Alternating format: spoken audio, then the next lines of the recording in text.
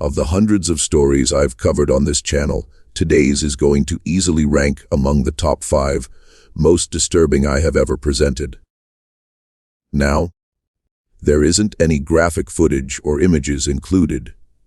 However, there is a very upsetting sequence that occurs toward the end of the story, and so for that reason, viewer discretion is advised.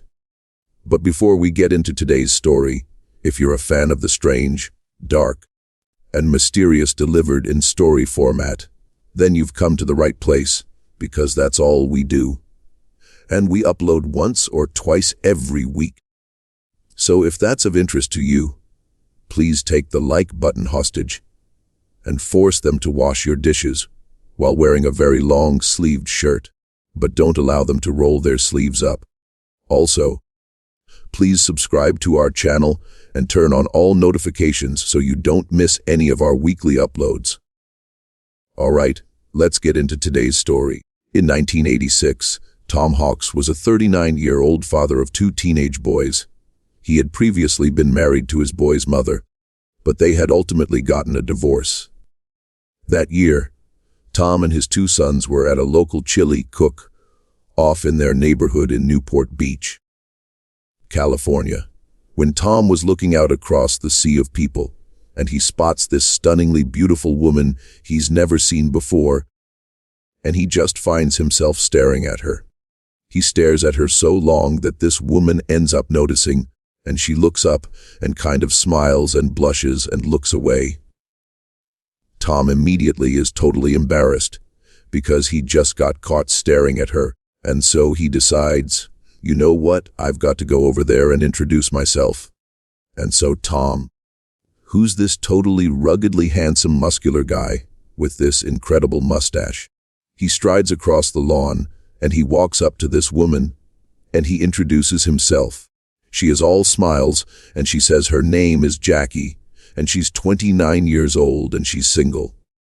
And from that point onward, those 2 completely hit it off. They fell madly in love, and just a few years later in 1989, they got married in front of 150 of their closest friends and family. And then, after the wedding, Jackie moved in with Tom and his 2 boys.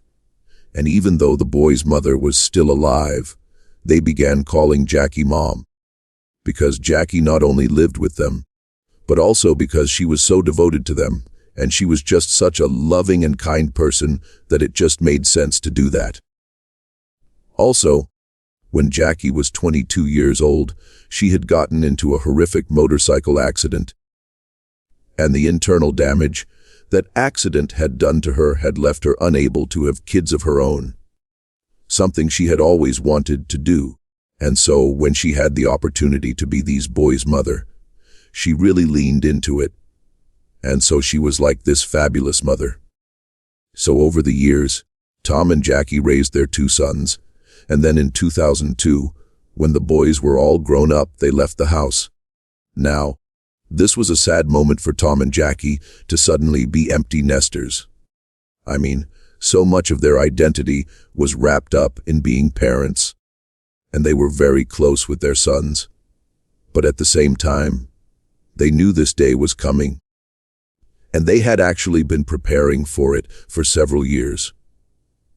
They had been putting money aside every single year to prepare for when their sons left, because they wanted to time it so they could retire at the same time. And their idea of retirement was to go buy a yacht and just live on the yacht and sail up and down the California and Mexican coastline. Now, neither Jackie nor Tom were wealthy at all, however. They were very good at saving money, and they were very disciplined, and they could live frugally. And so over the past couple of years, they really had saved virtually every penny so they could afford to buy this yacht. And so finally in 2002, when their sons do actually leave, Tom and Jackie sell their house in Newport Beach, California. And between the proceeds from the sale of their house and all this money they had set aside, they had enough to purchase this kind of beat-up old small yacht. And so this yacht they named the, well, Deserved. Even though this yacht was by no means a glamorous yacht like you think of when you hear that word, Tom and Jackie adored this boat. And so as soon as it was theirs, and they had docked it in Newport, they moved all of their belongings onto this boat, because they were going to live on this boat. And then they began meticulously cleaning it and organizing it and upgrading it everywhere they could within their limited budget. And by the summer of that year, this boat was beautiful both on the outside and the inside. It was very cozy and very clearly had the touch of Tom and Jackie. It was a home. And so for the next 2 years, Tom and Jackie lived the dream. They took that yacht and just sailed up and down the coast of California and Mexico. And they would watch these beautiful sunsets, and they would catch fresh fish, and they would drink cocktails together. I mean, they were really enjoying their retirement. Then in 2004, they got some unexpected news. One of their sons told them that he was now expecting to be a father, and so this baby was going to be the first grandchild of Tom and Jackie. And they were so excited, especially Jackie, because remember, she wasn't able to have kids of her own, and she just loved the idea of getting to be motherly again and the idea of getting to hold this precious little baby. And so, even though Tom and Jackie were absolutely loving living out on this yacht, they decided that the time was right to actually sell the yacht and then take the proceeds from the sale of the yacht and buy a house on land to be closer to their son and this grandbaby. So in November of that year, the Hawks place an ad in a fishing magazine for the sale of their yacht. They were asking for about $500,000. And very quickly after this ad went live, this young couple who had saved up some cash offered to buy it. Tom and Jackie were totally thrilled, and they called their 2 sons to tell them the good news that they had this buyer, and that in the next couple of days the sale would be finalized, and then they would be in touch. And so the sons are expecting to get a phone call from Tom and Jackie any day. But a couple of days go by, and they haven't heard from them. And so the sons begin calling their parents, and their parents aren't picking up their phone. Now, Tom and Jackie were not the type to go any amount of time without being in touch with their family. And so this was very uncharacteristic. And so when Tom's brother Jim, who was a retired police chief, when he heard about this sudden silence, he just got in his car and drove to Newport Beach, California, to see if maybe they had not finalized the sale of the yacht, and maybe the couple was still on the yacht, and he could go check in with them and make sure everything was okay. And so Jim, along with a friend of his, arrive in Newport Beach. They make their way to the dock where the yacht was being held, and they go down to the floating section of the dock, and they walk right up alongside the deserved. And just from where they're standing, it does not seem like anyone is on the yacht. However, as they're standing there, just kind of looking at this yacht right in front of them, Jim notices a couple of oddities. He sees there are lines hanging over the side of the boat that should have been stowed, and Tom was known for being incredibly meticulous and orderly. I mean, that yacht was spick and span always, and so he would not have left these lines draped over the edge of the boat unless he was on board, and he wasn't. And so Jim's also looking around, and he sees there are a couple of tarps that go over some of the control panels that had been taken off, but then not put back on the control panels. And so again, that's not something Tom or Jackie would have done. And then there's also some dirty towels kind of hanging out of one of the portholes.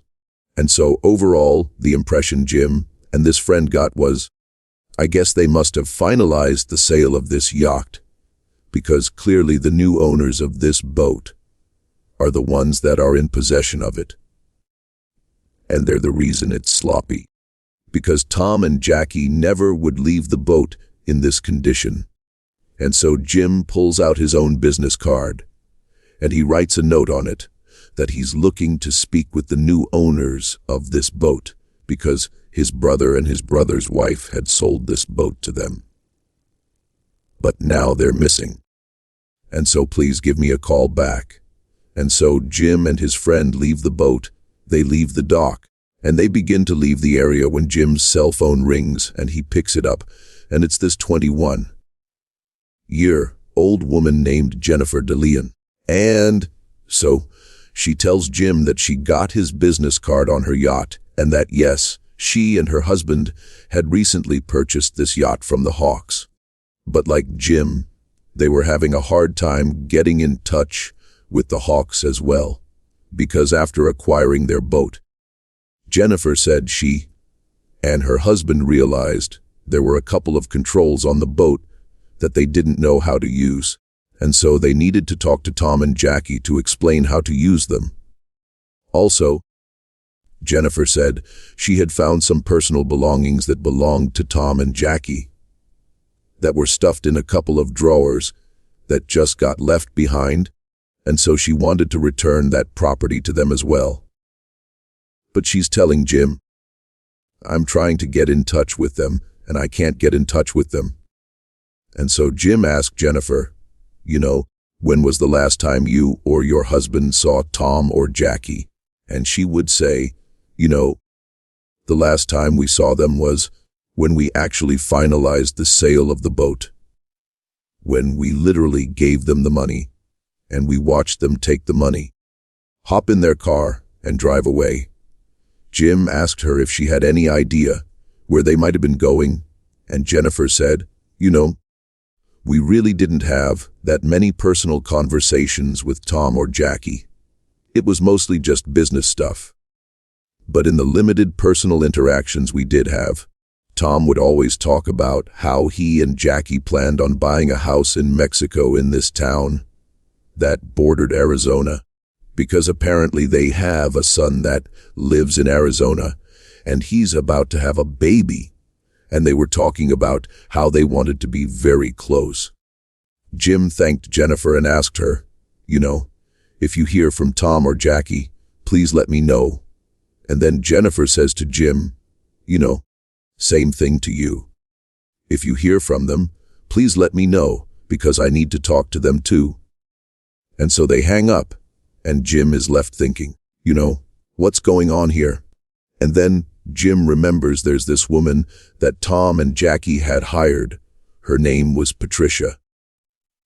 And for the past couple of years that they had been out on their boat, they knew they would not have great internet, and so they would not be able to consistently be able to pay their bills and pay taxes.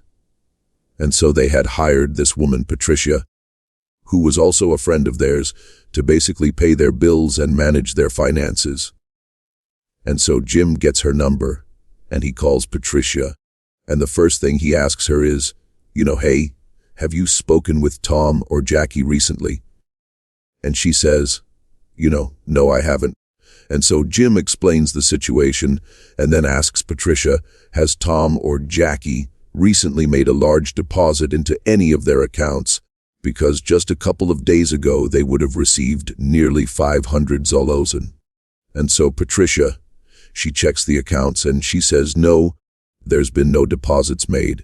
And so Jim and Patricia are talking on the phone, trying to rationalize why Tom and Jackie would not have deposited so much money.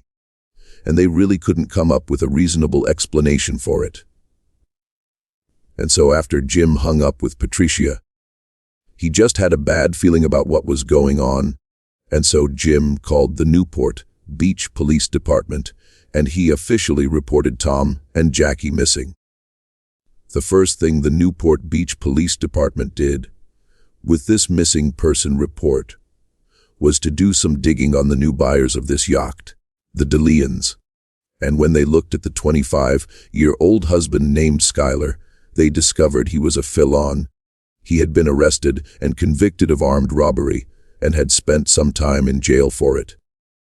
And so naturally, The police were immediately suspicious of Skylar DeLeon, and really the DeLeons in general, because they were the last ones to see the Hawks before they went missing.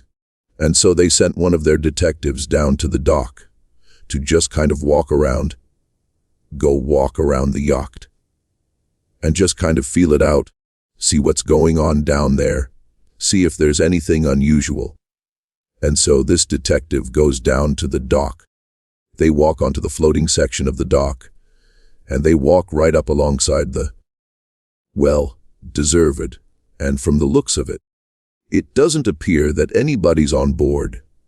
And as this detective is kind of looking in the window and just kind of looking around, they think they see what looks like a bloody handprint inside the boat. And so that would end up being enough to get a search warrant. And before long that day, there were police swarming this boat, looking all over it. But it would turn out that was not a bloody handprint. It was actually just some rust. And there was nothing else of significance that was found on board this boat. And so the police are pretty frustrated because they really don't have any leads. And so they contact Skylar DeLeon, and they say, hey, you need to come into the police station and explain exactly what happened during your final interaction with the Hawks. And so Skylar comes to the police station. He's totally cooperative, and he explains to the detectives that, he saw this ad in this fishing magazine for a yacht. He contacted Tom Hawk and said, I'm interested. The two of them met up and then went out for a sea trial, which is basically a test drive, but for a boat. And during the sea trial, Skylar told Tom that he liked the boat and he wanted to go forward with the purchase. And so on November 15th, Skylar, along with his pregnant wife and his young daughter, and also a notary and another person, a friend of Skylar's that was there just kind of as a witness, they go to the parking lot of the dock right near where the yacht is, and then the Hawks show up, Tom and Jackie, and the DeLeons literally hand over a suitcase full of cash to Tom. And then Tom and Jackie, with the notary, they signed the sale documentation, basically giving the boat over to the DeLeons. And then Tom and Jackie took their suitcase full of cash, hopped in their SUV, and they drove off, presumably to go to Mexico. When the police asked Skylar, how were you able to afford such an expensive vessel? Skylar would tell them that back in the 1990s, he was actually a child star. Or kind of. He was an extra on the very popular TV show, Power Rangers. And from being on that show, he had made a bunch of money, and he had set it aside. And as Skylar is telling the detectives this, he kind of just stops himself at some point, and he's like, you know what, that's not really the truth. The reality is, the reason we had the money to do this is not because of the cash I got from being a child star. It's actually because I stole the money. It would turn out that armed robbery that Skylar was convicted for and spent some time in jail for. That was because he was stealing money from this drug kingpin. And before he was arrested and sent off to jail, he had managed to take the money that he had stolen and hide it. And then after he had gone to jail and got out again, he came back to his hiding space and he just retrieved the money. But this money was stolen drug money, so it was hot, and so he needed to get rid of it. He needed to launder the money, and so that was why he was buying this yacht. He was going to buy it with this dirty money in bulk in cash, and basically transform this hot, dirty money into this yacht, and then he was going to sell the yacht and get clean money for it. And so the police are totally shocked at this confession, because Skylar has just completely incriminated himself in a money laundering scheme. But the police would ultimately say to Skylar, you know what? We're not going to charge you with money laundering because you're being so forthright and helpful with this investigation. And so they let Skylar go. The police would go on to interview Skylar's wife, Jennifer, as well as the notary, and also that other friend who would come along for that final sale of the boat, who was there as a witness. And so the police interview all three of those people, and they ask them, what was your final interaction with Tom and Jackie like? And they all described the same situation of seeing Tom and Jackie taking the suitcase full of cash and signing the paperwork, hopping in their car and driving off. The only detail that seemed to differ amongst these four people who were there was the way Tom and Jackie were acting. Skylar made it seem like Tom was kind of anxious and paranoid about having all this money, whereas the notary said, Tom and Jackie seemed completely normal to me. After all the interviews with these people who had seen Tom and Jackie last, the police felt like they had kind of reached a dead end and just didn't know what to do next. And so they went to the media and asked them to put out a bulletin that had a picture of Tom and Jackie, as well as a picture of their vehicle. And it asked people to come forward if they had seen them. And sure enough, within a couple of days of this bulletin going out on TV, this older couple in Mexico called the police to say the Hawks SUV is right across the street from me right now. It's parked right on the road. And so naturally, the Mexican authorities, as well as American authorities, they rush to this location and they charge up to the house where this SUV is parked.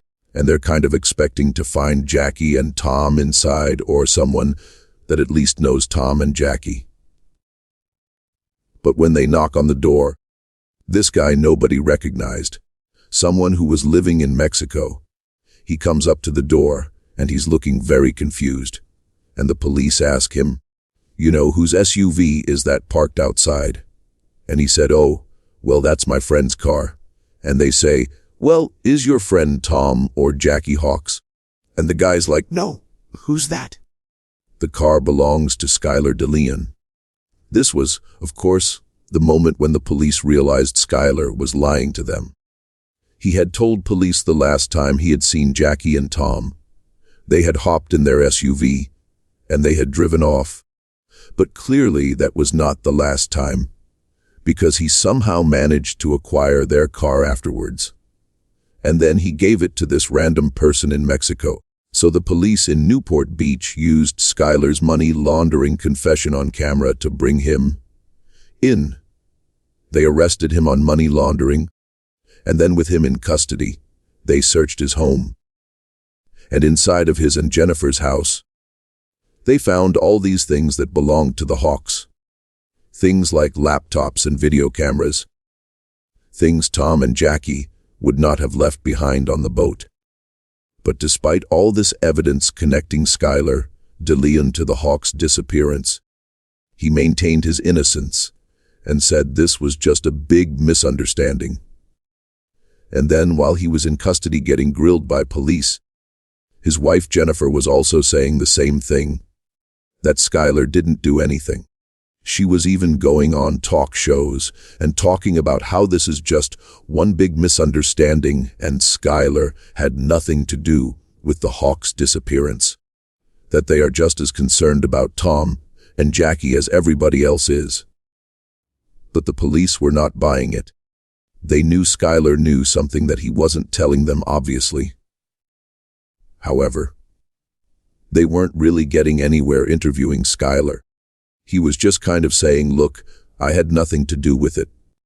And so the police decide, let's go back and re-interview the notary and also that other friend who was there as a witness on that day that the final sale of the boat took place. And so they call the notary back into the police department. And the notary is this woman named Kathleen Harris, who's never gotten in trouble in her life. And she's been a very successful notary for a long time. And so she sits down and they ask her again to describe her final interactions with Tom and Jackie. And once again, she says, yep, they came over. They signed the paperwork. They took their cash. They got in their SUV and they drove off.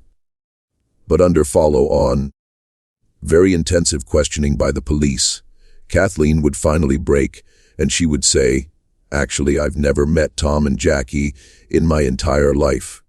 I was paid up front in cash by Skylar DeLeon to backdate those sale documents that had already been signed. I have no idea what happened to Tom and Jackie." Next, the police went out and got that friend, who was also there at the time of the final sale. That witness, his name was Alonzo Mason. And so they bring him in, and they ask him, what was your final interaction, like with Tom and Jackie? And at first he stuck to the story that, they got the cash, they hopped in the SUV, they drove off, da-da-da-da-da-da, that's all it was. And the police stop him and they're like, we just spoke to the notary, and she said she was lying, she wasn't even there. She had backdated those documents, so we know you're lying. And so as soon as Alonzo got caught red-handed, he began to clam up. It was pretty obvious he did not want to say anything else. And since the police really needed something to happen with this case, they said to Alonzo, "We will make sure your sentence is heavily reduced if you tell us everything you know about what happened to Tom and Jackie." And so Alonzo says, "Okay, I'll tell you." Alonzo was a young guy, very impressionable. He was in his early to mid-20s, and he was actually a jailer, and he had met Skylar when Skylar was in jail. He was in jail for that armed robbery. And so after Skylar gets out of jail, Alonzo and Skylar somehow stay friends. They spend a lot of time together. And then in November of 2004, Skylar pulls Alonzo aside, and he confesses to him that he is in fact an international assassin, that people paid him to kill people, but only bad people, Skylar said. And he says to Alonzo, "I have a current contract on 2 really bad people, Tom and Jackie Hawks, but I need help carrying this out. And so if you will help me carry out this contract, I will give you $100 million US. And so Alonzo's like, "Man, okay, yeah, I'll help you." And so on November 15th, Skylar, Alonzo, and a third man that Skylar had recruited to be a part of this job. He was this big, muscular, intimidating-looking guy who's actually a long-time Southern California gang member. His name was John Kennedy. Those 3 show up at the parking lot of the dock, not to finalize the sale of this yacht. They weren't even close to finalizing the sale. They were there to meet up with Tom and Jackie to do a sea trial, a test drive. But when Tom and Jackie arrived, Tom, who was a longtime probation officer, and so was very used to being around felons and convicts, he immediately sized these 3 up and thought bad news. And so, when the 2 parties met each other in the parking lot, Skylar started to notice that Tom was definitely apprehensive about getting on a boat with them.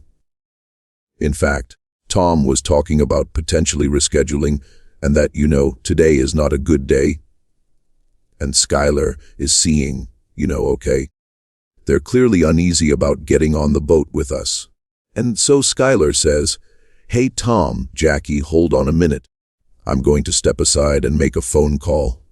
And so Skylar steps aside, and he calls his wife Jennifer, and she was not far away. And so just a couple of minutes later, Jennifer pulls into the parking lot carrying her little 1-year-old baby girl. And as soon as she walks over to this group, the dynamic completely changes. Jackie sees this baby, and she immediately falls in love with it, and she wants to hold the baby, and she loves Jennifer. Jennifer is so sweet. And so Jackie seems very much at ease, and Tom notices that, and so Tom begins to loosen up. And before long, Tom is saying to Skylar, "You know what, guys, today's fine, let's do the sea trial." And so the group eventually begins to make their way onto the yacht. They've, deserved to do the sea trial. And right as they're about to get on, Jennifer says, "Hey guys, I can't go on the sea trial. The baby's upset. I've got to go home. I'll see you guys when you get back." And at this point, Tom and Jackie, they've already committed to doing the sea trial. And so, even if they were a little bit apprehensive going on this boat with just these three guys, they put their faith in the Deleans that this was on the up and up. So the two hawks, along with these three men, get on board the boat, and they begin heading out towards open water. And so Tom was piloting the boat, and at some point, when they were very far away from the dock, and really any land in any direction, Skylar and John come up to Tom and they say, "Hey, we want to show you something down in the lower levels of the ship." And so Tom goes with them. They go downstairs into the bedroom. And while they're down there, Alonzo and Jackie were in the kitchen, which is right above the bedroom. And as they're standing there, Alonzo and Jackie suddenly hear a very loud commotion coming from the bedroom. Now Alonzo knew what that was. It was Skylar and John attacking Tom, and so that was his cue. Alonzo leapt forward, and he grabbed onto Jackie, and before Jackie could even figure out what was going on, he had thrown her to the ground, pulled her hands behind her back, and then he pulled out handcuffs that he had, and he handcuffed her hands together. So Jackie's here, Alonzo's here, and then that's where Tom and Hawks. Skylar and John are on the bottom, and Jackie hears the commotion. She looks down this way, and this is where Alonzo overpowers her. And as soon as Jackie was subdued in the kitchen, Skylar and John come up the stairs and Tom's not with them, and they grab Jackie and they walk her down into the bedroom. And Jackie would have seen her husband Tom. He's been handcuffed and he's laying on the bed on his back. And so they throw Jackie onto the bed right next to Tom. And immediately Jackie turns around and looks at Skylar and says, "Why are you doing this to us? We just met your wife. I just held your baby. Why are you doing this? All we want to do is just go back to land and be with our children and be with our grandchildren, please." But Skylar didn't care. He just turned to Alonzo and said, "Put tape on both of their mouths and their eyes." And as Alonzo was doing that, Skylar went upstairs and began piloting the boat towards the deepest part of the ocean. And so as Skylar is driving this boat, Alonzo and John are down in the bedroom, and Alonzo remembers looking over at Tom, and Tom was comforting Jackie. He had managed to pull his hand up, and he was stroking Jackie's hand, and he was saying to her, "It's going to be okay. No matter what happens to us, we'll be together." Suddenly the boat stopped, because Skylar had reached the deepest part of the ocean, and he called down to John and Alonzo to bring Jackie and Tom up onto the deck. And so Alonzo and John do just that. They march Tom and Jackie up the steps. They bring them out to the deck of the ship, and then Skylar forces them to sign the sale documentation for the boat as well as had them sign additional paperwork that gave Skylar access to their bank accounts. And while they were signing these documents, Jackie actually misspelled her last name on one of the signature blocks. She left the S off of her last name. That's not something she would have done by accident. It's pretty clear she did that on purpose to signal to the future that she signed this under duress. After all these documents were signed, the three men led their two captives to the back of the boat. And then once they were standing at the back of the boat, Skylar tells Alonzo, in earshot of Jackie and Tom, "Hey, go to the front of the boat and get the anchor." And so Tom and Jackie, they know that whatever's going to happen to them next, it's not good. And so Jackie begins pleading with them to let them live. Let them go back to land. Let them see their grandchild. And Tom manages to shake his restraints from John, who was holding him, and he manages to kick Skylar really hard in the groin. But after that, John leapt on top of Tom and Jackie and subdued both of them. And then he positioned Tom and Jackie so they were sitting down back to back with their handcuffs connected to each other. And then Alonzo shows up, dragging this heavy anchor, and he finally gets it all the way over, until it's right next to Tom and Jackie, at which point Skylar grabs the long metal chain that came off of the anchor, and he felt around until he got to the very end of the chain. So not the side closest to the anchor that's attached to it. The far other side, the bitter end of this chain, and he reached down and he connected that portion of the chain to Tom and Jackie's handcuffs. And then once he was sure their handcuffs were securely fastened to the end of this chain, Skylar stood up, walked over and grabbed the anchor, and with quite a bit of effort, he managed to lift it up and threw it over the side of the boat. As soon as that anchor hit the water, all Tom and Jackie would have heard for several seconds would be the sound of all of that loose chain, that they were connected to being rapidly pulled off the boat and being sucked down into the water. And so that chain was going up and over this wooden railing, and so all they would have heard is just chain links grinding over the railing, until finally the anchor pulled the chain tight, at which point it yanked Tom and Jackie towards the side of the boat. Alonzo would say when this happened, Jackie's head struck the inside of the boat so hard it made this very loud, audible cracking sound. And then Skylar, Alonzo, and John just stood there as Tom and Jackie desperately tried to fight against the weight of this anchor that was trying to pull them off of the boat. Tom was trying to hold on to anything he could to try to hold his wife in place. But eventually, the weight of this anchor combined with the movement of the boat was just too much, and so Tom and Jackie were very slowly pulled up and over and off the boat into the water. When they hit the water, they would have been fully alive, fully conscious as they began their rapid descent to the bottom of the ocean 500 feet below. Alonzo would tell police, as soon as Tom and Jackie disappeared below the surface, Skylar let out a woo-hoo and ran over to the edge of the boat and looked into the water like a giddy child. And he was staring at where they had disappeared, and he was just grinning and laughing. And then finally when the water went calm and there were no more bubbles, Skylar just kind of laughed, turned around, and made his way back to the cockpit and began piloting the boat back towards the dock. Even though Jennifer was not on the boat at the time of the murder, she was equally involved in it. In fact, the attack was her idea.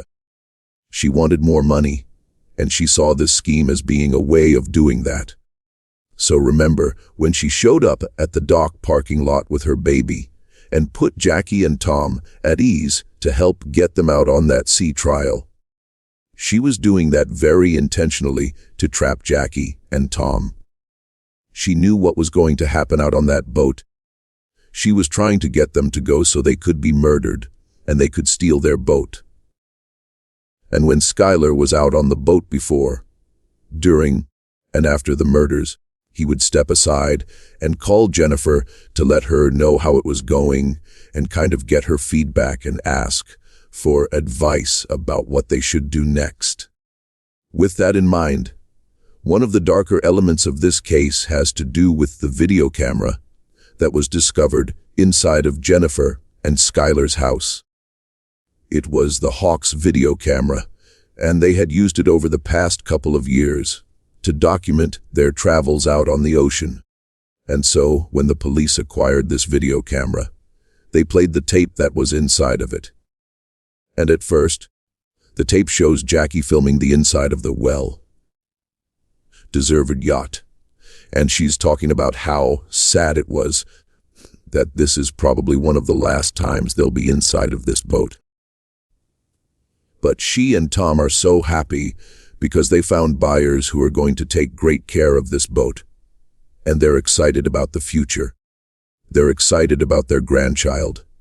And then suddenly this footage of Jackie inside of the boat just totally cuts, and it jumps to Skylar and Jennifer, at Thanksgiving dinner that year playing with their daughter and just having this great time. Meaning, just days after Jennifer and Skylar murdered Tom and Jackie in the worst way imaginable, they took their camera and just began using it for their own lives, recording their own life over the memories of Tom and Jackie. Jennifer and Skylar truly didn't care at all about what they had just done. Alonzo would ultimately be sentenced to 20 years in prison. He would have gotten a much more severe sentence, but because he provided all of the details of what happened, and he was promised a reduction in sentence, he was only given 20 years. Jennifer would be sentenced to life in prison without the possibility of parole, and John Kennedy and Skylar were sentenced to death. So that's going to do it, guys. If you got something out of today's episode, and you haven't done this already, please take the like button hostage and force them to wash your dishes while wearing a very long, sleeved shirt, but don't allow them to roll their sleeves up. Also, please subscribe to our channel and turn on all notifications so you don't miss any of our weekly 1 or 2 video uploads. We are now selling merchandise like flannels and hats and sweatshirts and all sorts of stuff. If you're interested, go to Shop Last Campfire. If you want to learn about upcoming deals and promotions for our shop, go to our shop's Instagram page. The username is Shop Last Campfire. If you want to get in touch with me, you can direct message me on Instagram or on Twitter. My username is the same. It's Last Campfire. I also have a ton of content over on TikTok, where my username is also Last Campfire. We also have a second YouTube channel called Last Campfire Shorts, where we post random short videos and lost episodes. We also have a Facebook page just called Last Campfire, where we post condensed versions of the longer episodes you see on YouTube. If you have a story suggestion, please submit it to our subreddit, just called Last Campfire. It's linked in the description below. So whether I see you on Instagram, Twitter, TikTok, Reddit, YouTube, Facebook, or some combination, just know that I really appreciate your support. And until next time, that's going to do it. See you.